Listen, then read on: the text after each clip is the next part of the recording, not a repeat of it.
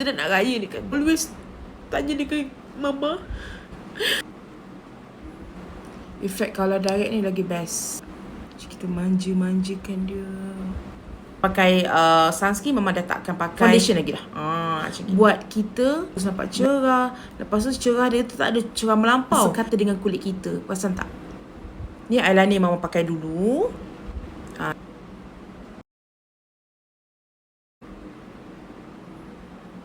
Atas ni mama pakai warna brown.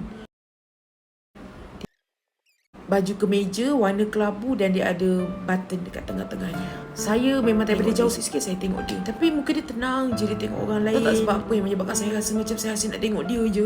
Sayu je rasa ingat arwah ayah saya naik wheelchair dan dia tak ada kaki kat sebelah.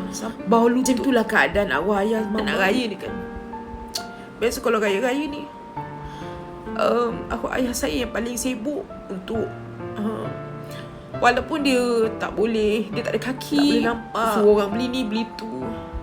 Walaupun dia tak ada kudrat tu untuk buat semua benda, mama tengok je pakcik tu daripada jauh. Sebab dia masih berbalut tau dekat dia punya kaki tu.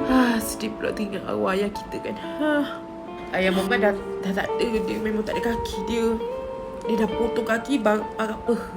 The most orang yang akan melindungi kita, whatever apa, selain suami kita lah, yang support kita, yang rindu dengan arwah ayah mama. Sebab dulu masa mama nak berhenti kerja, mama dah berhenti kerja, mama nak fokus pada bisnes. Dia cakap apa?